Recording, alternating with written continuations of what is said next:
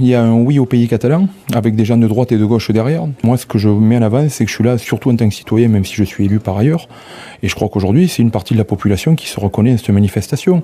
Il y avait eu une grande manifestation sur la septimanie, contre la septimanie, où les gens s'étaient mobilisés de la même manière. Ça dépasse le problème de la droite et de la gauche, et je crois qu'on ferait bien rapidement d'ailleurs de penser que pour la création d'économies, il faut des fois dépasser certaines frontières qui me paraissent obsolètes. José Montesino, maire d'Eus, persiste et signe. Il ne faut rien lâcher.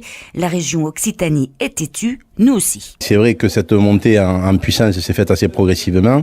Mais bon, il n'est jamais trop tard pour bien faire. Donc autant partir maintenant et puis mettre un petit peu plus de pression que ce qu'il y a eu antérieurement. Pression, on n'est pas occitan sans bembe catalan. Et si l'on ne l'affiche pas clairement, le pays catalan mourra peu à peu. C'est impensable pour le maire de Terrats, Étienne Mazot. Moi, j'ai été élu pendant des années en Bourgogne. Demander aux Bourguignons si on peut supprimer la Bourgogne. Demander aux Bretons si on peut supprimer la Bretagne.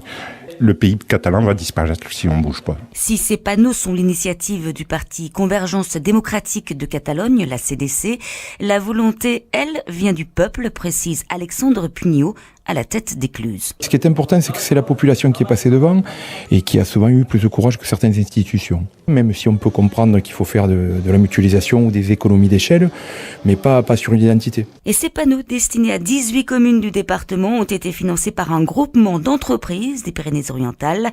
Elles aussi veulent protéger l'identité catalane.